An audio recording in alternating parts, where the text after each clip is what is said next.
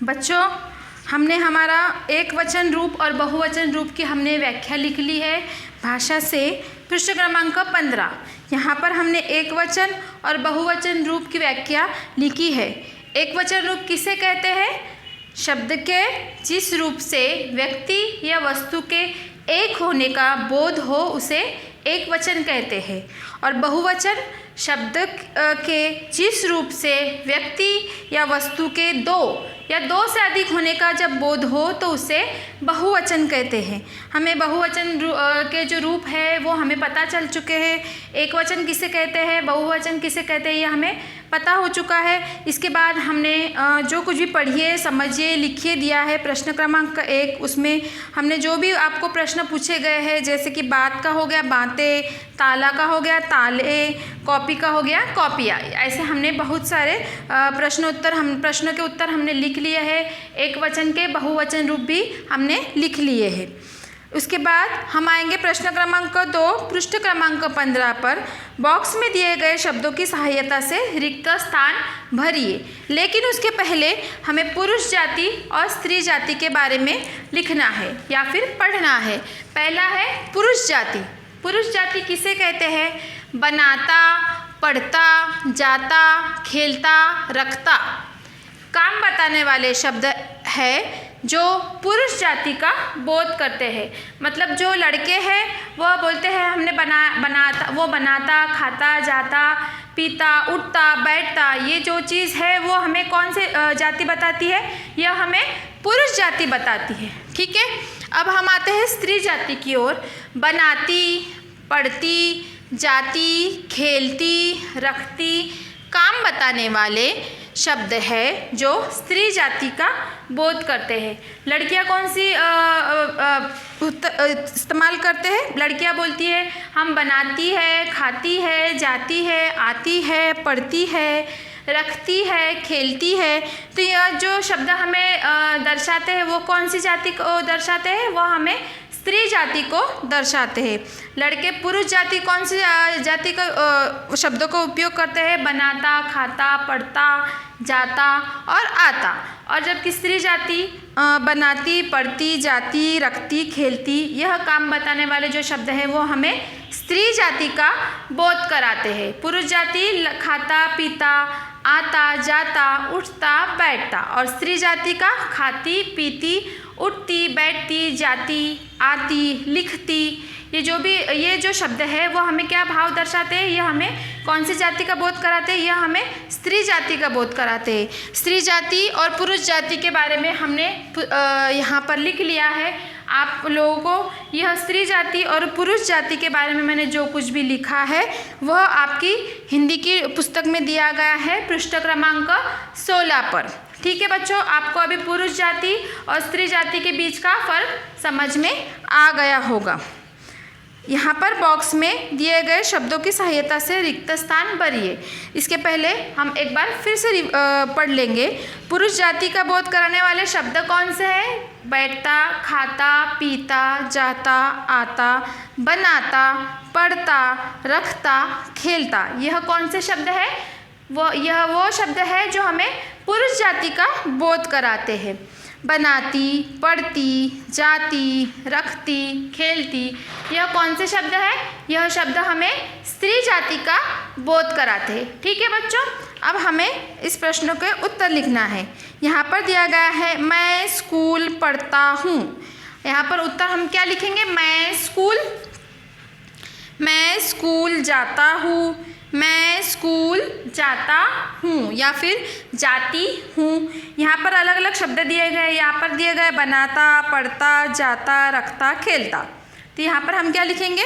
मैं स्कूल जाता हूँ। क्या लिखेंगे? मैं स्कूल जाता हूँ। उसके बाद दिया गया है ख, मैं पार्क में गेंद से खेलता हूँ। यहाँ पर क्या दिया गया है? यहाँ पर जो शब्द दिए गए हैं इन शब्दों में से चुनकर आपको इन रिक्त स्थानों में आपको इसका उत्तर लिखना है।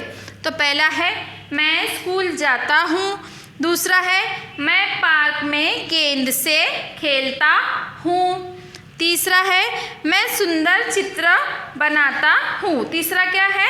मैं सुंदर चित्र बनाता हूँ। तीसरा है मैं सुंदर चित्र बनाता हूँ। उसके बाद है मैं कहानियाँ पढ़ता हूँ।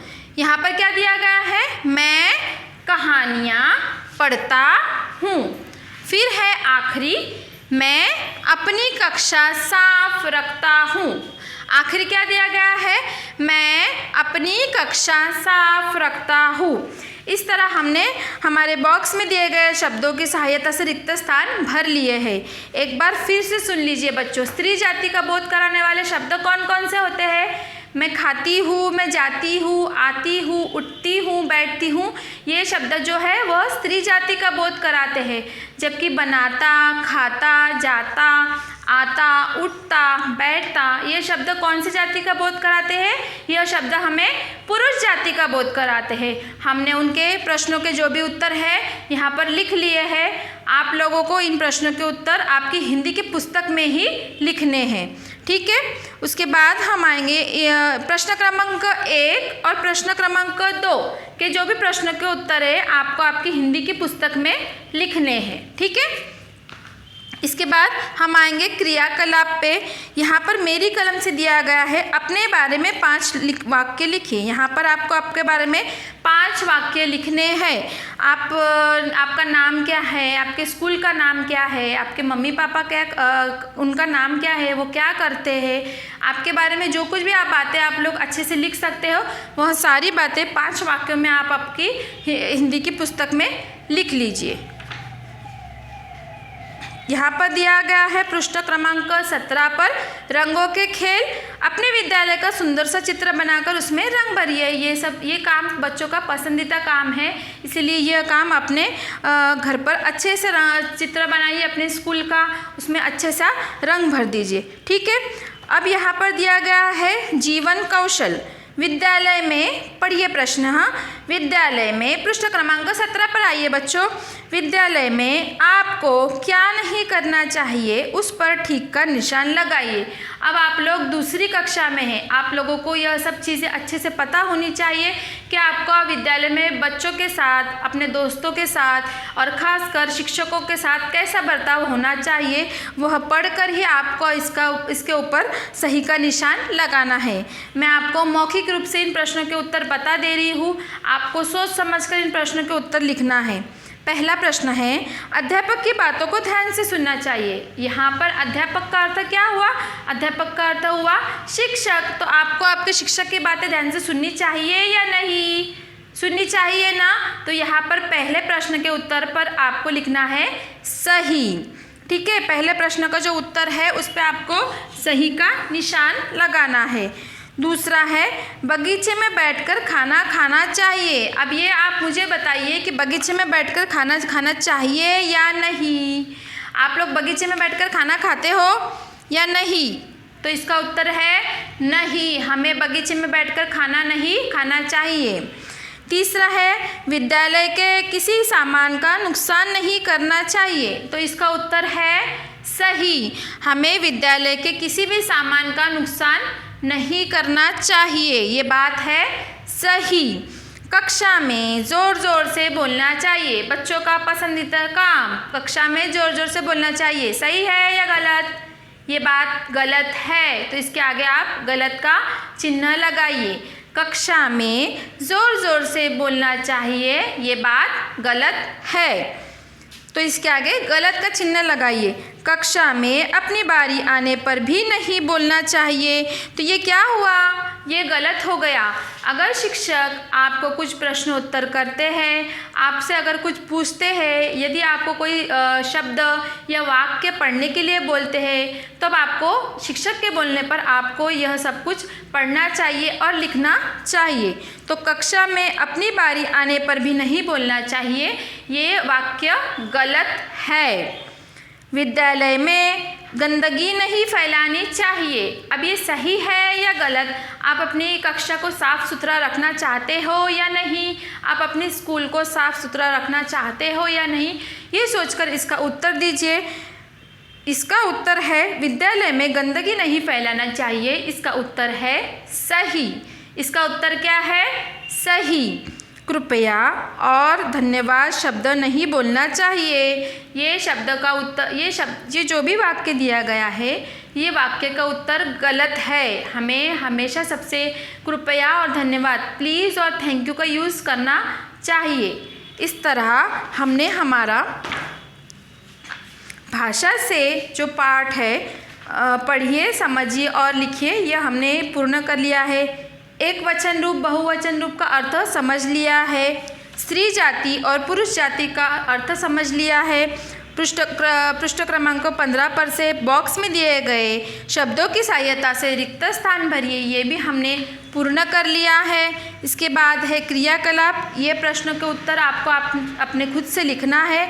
और आपको मैं अभी बता दूं कि भाषा से, यहाँ से जो भाषा से दिया गया है, प्रश्न क्रमांक 1, प्रश्न क्रमांक 2 और प्रश्न क्रमांक 3, प्रश्न क्रमांक 3 नहीं दिया गया है, यहाँ पर क्रियाकलाप दिया गया है।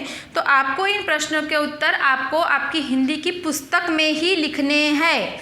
जब मैं आपको बोलूँगी कि आपको ये आपकी हिंदी की नोटबुक में लिखना है, तभी आपको ये आपकी हिंदी की नोटबुक में लिखना है।